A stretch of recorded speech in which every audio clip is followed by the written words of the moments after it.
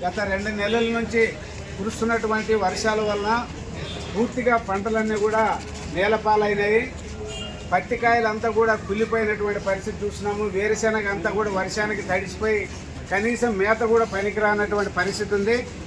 మరి అట్లాగే టమాటా పరిస్థితి అట్లా ఉంది. ఉల్లి రైతుల పరిస్థితి పొలాల్లోనే వదిలేసిన పరిస్థితి ఉంది.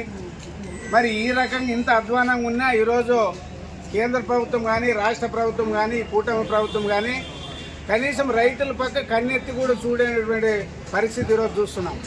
నిజంగా రైతుల పట్ల చిత్తశుద్ధి ఉంటే ఈ ప్రభుత్వము ఆ గ్రామాలకు పోయి మీరు పంటలను పరిశీలన చేయండి.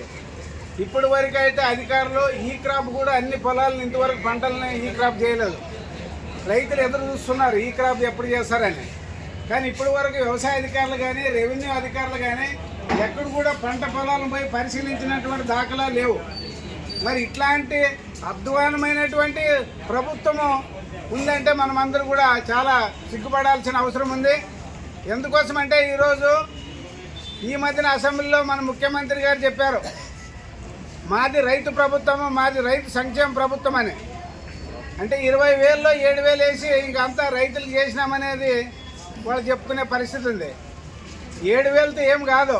ఈరోజు ఒక పక్క ఎరువులు కొరత పెట్టి ఈరోజు యూరియా దొరక్క చాలామంది పెద్ద పెద్ద రేట్లు పెట్టి ఈరోజు కాంప్లెక్స్ ఎరువులు కొనుక్కొని పంటలు పండిస్తే ఈరోజు వర్షాలు వచ్చి మొత్తం నేలపాలైపోయింది.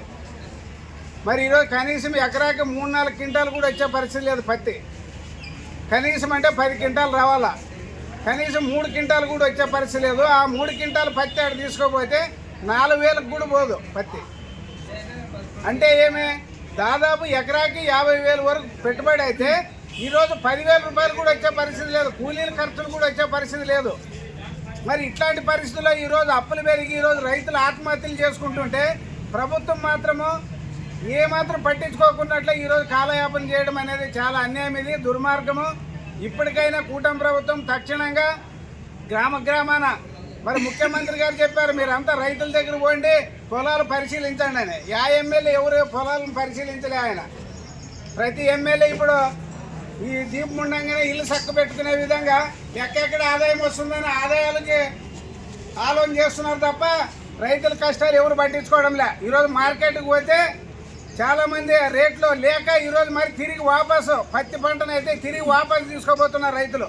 చాలామంది మన ఈరోజు ఆదోని మార్కెట్కి తీసుకొని వచ్చేటువంటి రైతులు రైతూరు మార్కెట్కి తీసుకోబోతున్నారు. ఎందుకంటే ఇక్కడ ధర లేదు, పూర్తిగా పడిపోయింది ధర. కనీసం మద్దతు